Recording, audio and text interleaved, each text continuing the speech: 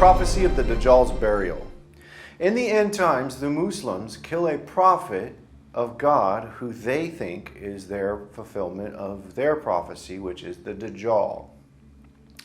They believe that Christ didn't die and that his body was swapped and that it was a trick for people. And so therefore, when this prophet is killed, they do not allow a burial. They allow the body to sit in the streets to make sure that there's no trickery going on like they believe occurred with Christ resurrecting from the grave, or the stories that Christ had resurrected from the grave. So this deception of Islam is why you see no burial in the end times for the prophets.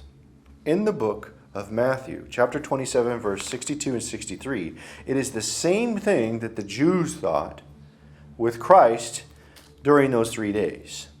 It says in verse 62 and 63, "Now the next day that followed the day of the preparation, the chief priests and Pharisees came together to Pilate, saying, 'Sir, we remember that deceiver said while he was yet alive, after 3 days I will rise again.'" And we notice here that they use the word deceiver, and that after 3 days, their concern is that he will rise again. And this is the same word that they use for the Dajjal in Islamic prophecy, is they call the Dajjal the deceiver. And there's a likeness to this in the end.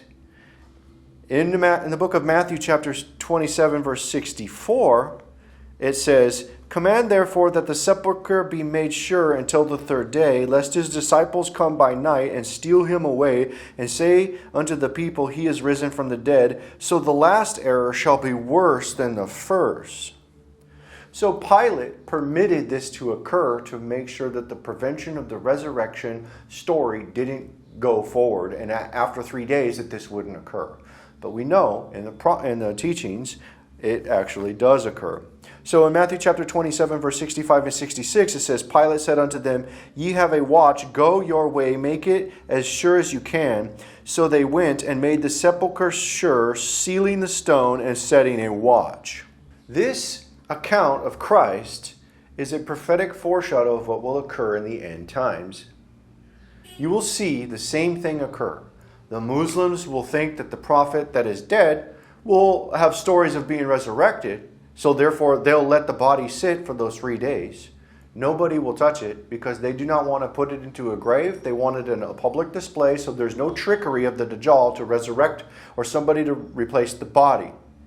And this is the same thing that occurs in the end times. And in their own teachings, it says in their Quran 157, in Quran chapter 4, verse 157, "And for boasting, we killed the Messiah, Jesus, son of Mary, the messenger of Allah, but they neither killed nor crucified him. It was only made to appear so.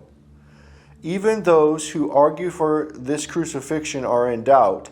They have no knowledge whatsoever, only making assumptions. They certainly did not kill him."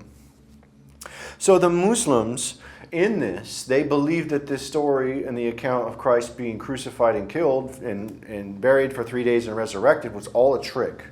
And they believe that this is the deceiver of the Dajjal is in the same likeness.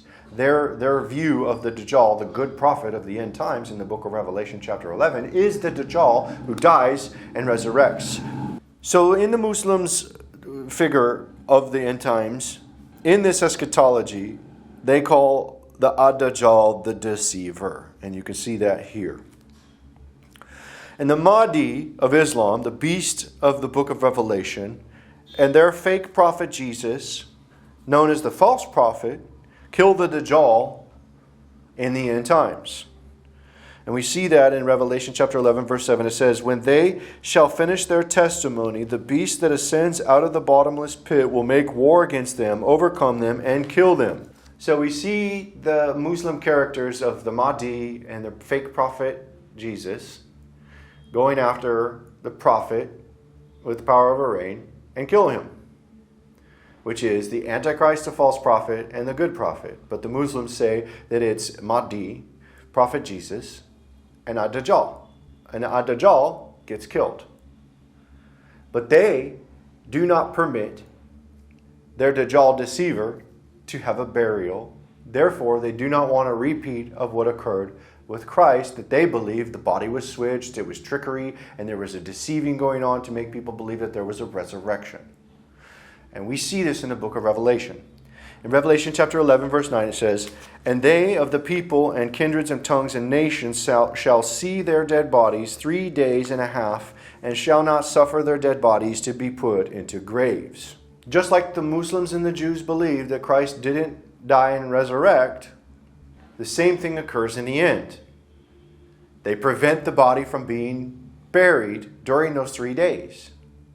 But we know that exactly as Christ, the resurrection will occur after 3 days. In the book of Revelation chapter 11, verse 11, it says, "And after 3 days and a half, the Spirit of life from God entered into them, and they stood upon their feet, and great fear fell upon them which saw them." And so we know that after those 3 days, even though there's no burial in the streets, there will be a resurrection. Their character that they believe is the Dajjal, the deceiver, will resurrect in their sight, causing great fear. And this is the prophecy of the Dajjal burial.